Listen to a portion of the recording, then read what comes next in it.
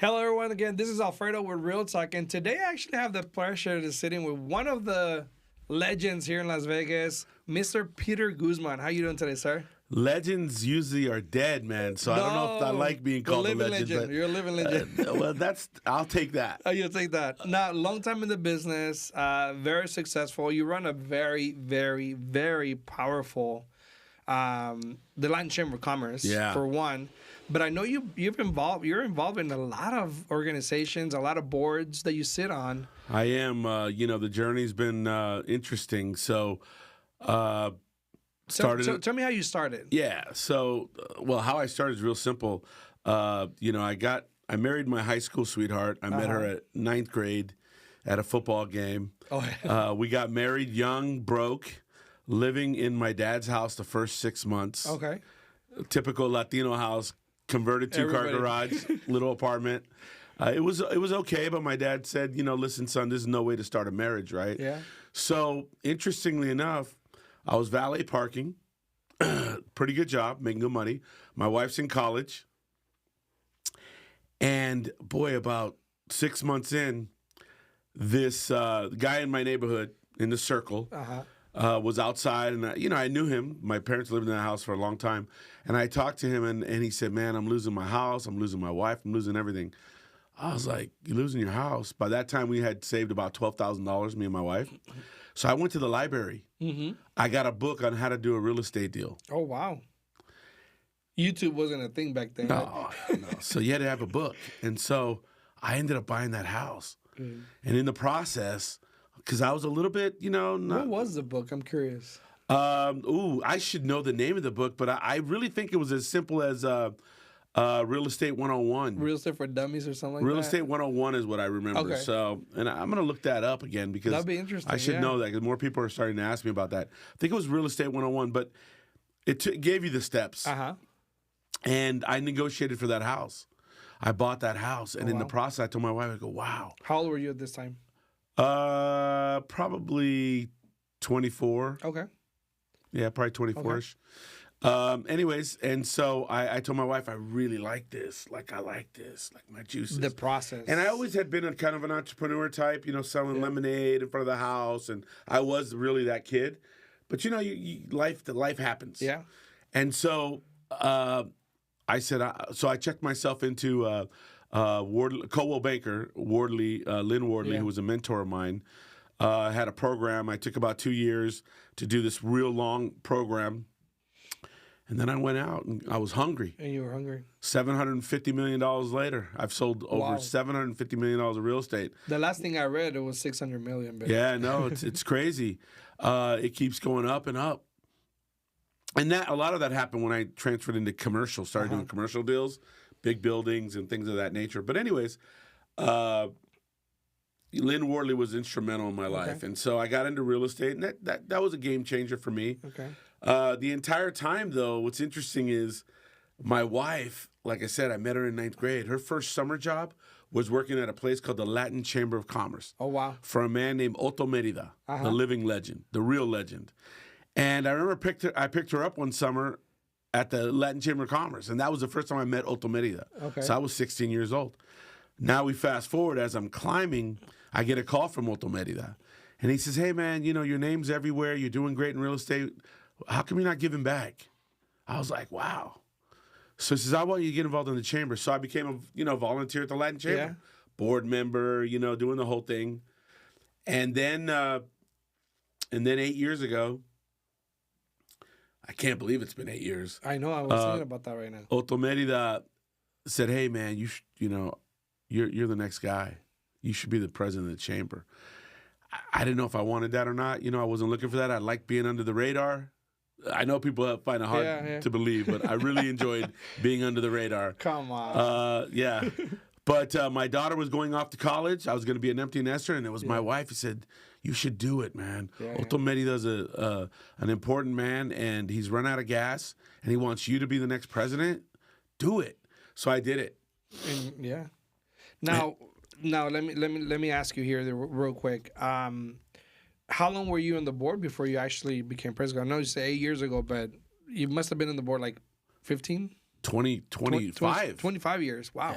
Yeah. Off and on 25 years and involved in the chamber for off and on for 25 plus years. What will you say, and being on the board, not being president, I think that's a different feeling and a different satisfaction, different things. But being on the board, being part of the Latin Chamber of Commerce, what do you think that it actually gave you? What did you gain out of that? Well, what I gained really was as successful as I was, and I say that humbly, there was always something missing. Okay.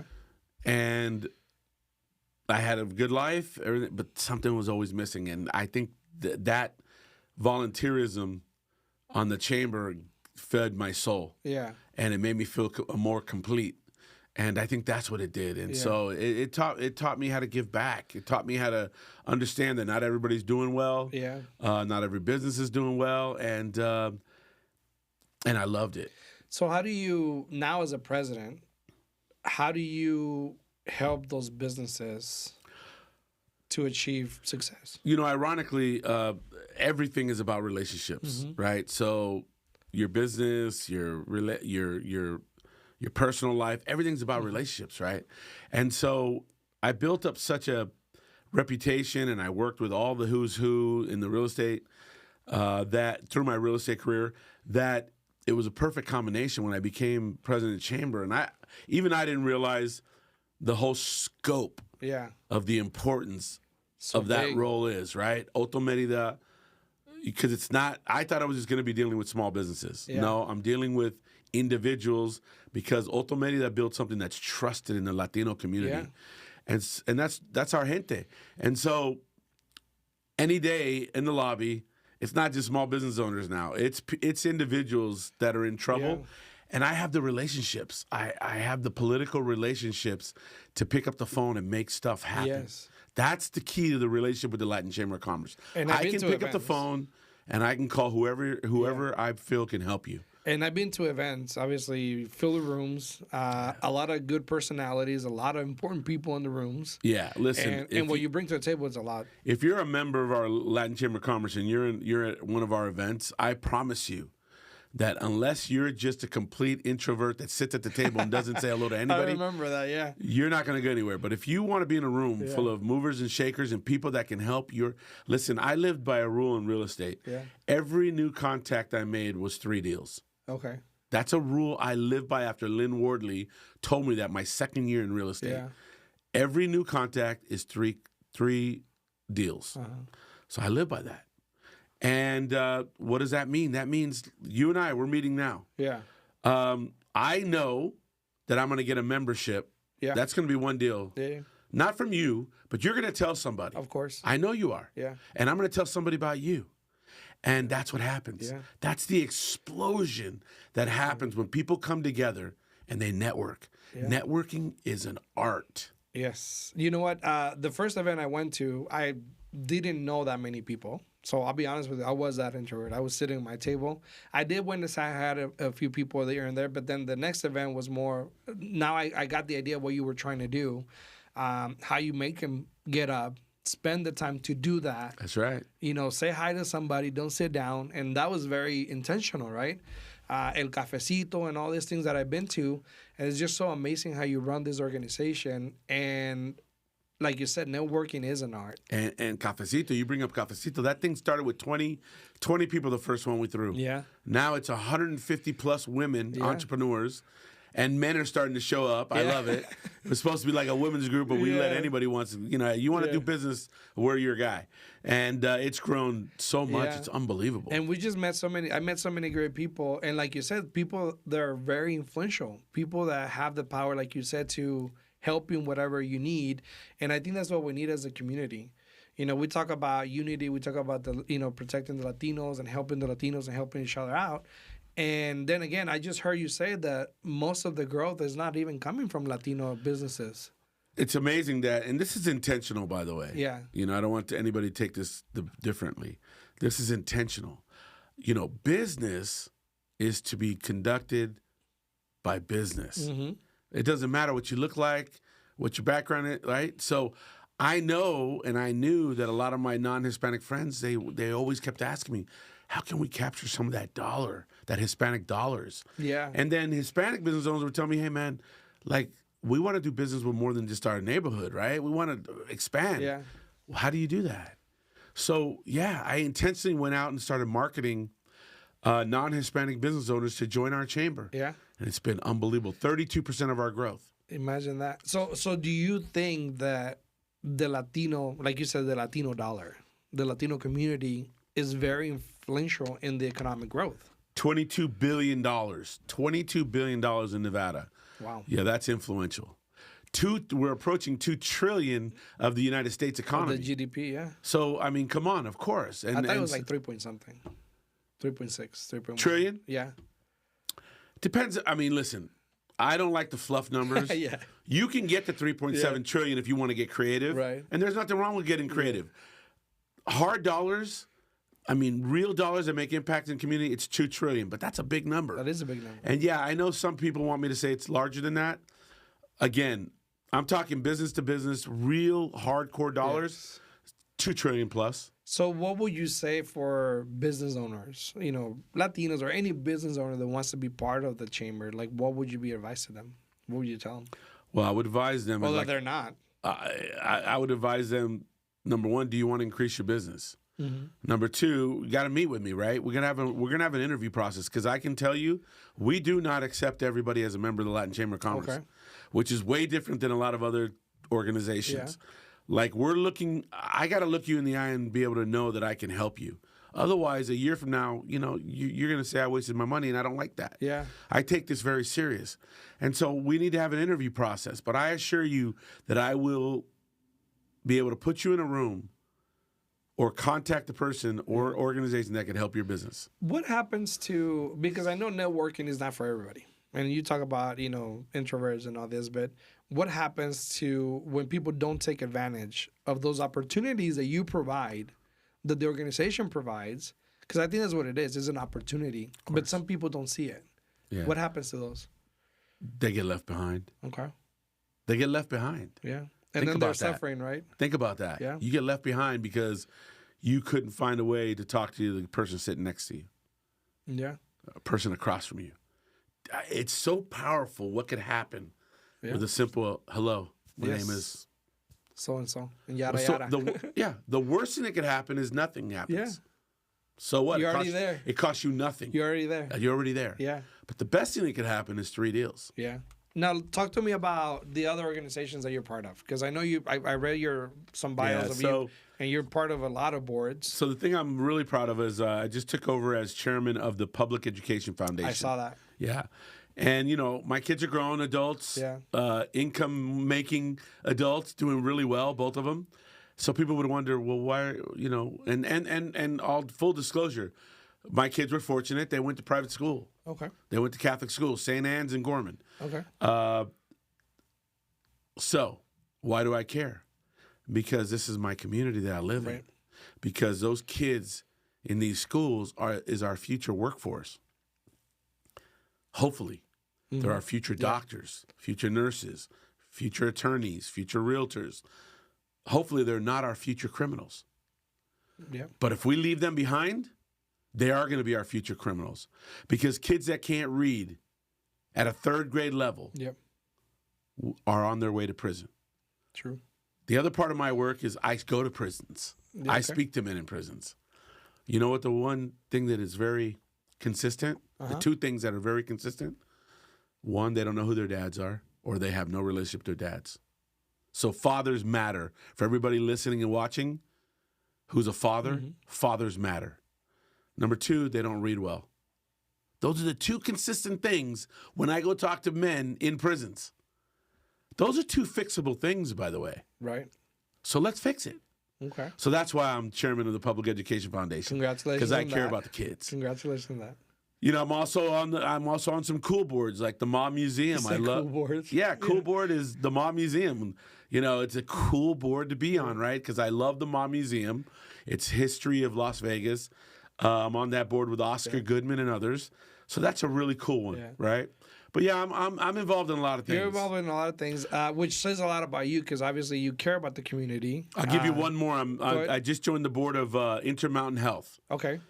Intermountain Health wants to bring a world-class children's hospital to Las Vegas. They have one in Salt Lake City. I went to it. It's unbelievable. Mm-hmm. Right now, if you have a kid who has a very specialized cancer, let's say, God forbid, you have nowhere to go here. You have to go to Salt Lake City, maybe California. But how many people can afford to do that? Yeah. How many parents don't want to be there with their kid? Mm-hmm. So, a world-class children's hospital, I want it. I want it as bad as I wanted the Raiders here, the Vegas Golden Knights, the A's that are now coming. Yeah, we should also want a children's hospital for the reason I just gave you. Yeah. But beyond that, imagine what that's going to do. It's going to create a medical tourism here. Yep. It's going to help guys like us that are in real estate because they need homes. Correct. Helps everybody. So you got to think bigger. Yeah. And that's what I do. So let me ask you, now that you're involved in all these boards and seeing more growth, economic growth, where do you think you see Las Vegas in the next 5 years? I see it continuing to grow. I see an NBA team here. Okay. I see a couple new hotel properties. I see a lot of construction, hopefully, because people need to understand how important construction is. Construction is the major driver of our state. Yeah. Our last boom was right before the Raiders construction, right? There was 3 cranes on the Strip, only 3. When we started the Raiders construction, we had 11. Wow. 11 is a key indicator. When we have 11 cranes on the Strip, we are booming. Wow. That's pretty good. Got to have construction. Yeah. So we see growth, we see economic growth, which is good for the economy, for businesses, obviously. But what would you say to end this? What would you say to business owners out there in the Valley? What would you say will be your advice to them to grow their business right now, going forward in the next years? Listen, the one fundamental I know about being successful in business is your ability to adjust, your ability to quickly change, because life changes quicker now than it ever has in the past. You got to be able to adjust. That's the fundamental to a successful business. I was booming from 2001 to 2007. I thought life was easy, right. Candy, right? Money was rolling in. Yeah. And then this thing called 2008 happened, a real estate crash, and I'm in real estate. Yep. We were in real estate. Okay. What did I have to do? I had Lynn Ward look me in the eye and say, you got to quickly adjust. Yeah. You're going to go from the easier deals now to hard deals. Yeah. Right? Yeah. And what are hard deals? Short sales. Short sales, baby. Short sales, right? And meeting across a person who's in tears because they're losing everything. Because the American dream, and I want to say this very loudly, and I'll tell you why in a minute, the American dream is still ownership of real estate. Yeah. The best way out of generational poverty is the buying and selling of real estate. Yep. Okay? It's the vehicle. It's the vehicle. And for those who don't want to do it in a big level, even owning a home, when you get to 60 years old and you finally realize, dang, I bought this house for $100,000. It's worth $4 now. I got $300,000 in equity. That's going to help your retirement. Yep. And there's a movement, and you can look it up. I did an op-ed last year at the Review Journal. There's this little movement of teaching young people that, don't worry about home ownership and property ownership because it's unattainable. That's the key word, unattainable. Yeah. I wholeheartedly reject that nonsense. It is attainable. I'm going to look you in the eye and tell you it's hard. Yeah, it is. It ain't easy. Interest rates go up, makes it harder. Affordability and all that, yeah. I get it. But never get in the mindset of thinking that buying and selling real estate is unattainable. That's BS. Well, I appreciate your time. Thank you for everything you said. I think, I got the trips here, but I appreciate you. Thank you for coming, sir. Of course. Thanks for having me, man. You're a legend here. And again, we'll see each other more. Real quickly, how did this come about? You know how it came about? Yeah. You sent me a message. Yeah. On Facebook. Making that contact. You made a contact. Yes, sir. But you were popular anyway, so I'm like, Peter's not going to answer to me. And it was, but we did. 100%. So I appreciate you. If you get to the mindset where you don't answer calls and you don't answer people's messages, you're getting left behind. Well, I appreciate you very much. We'll see you on the next one. Peter Guzman, Latin Chamber of Commerce. Alfredo, we'll see you guys on the next one.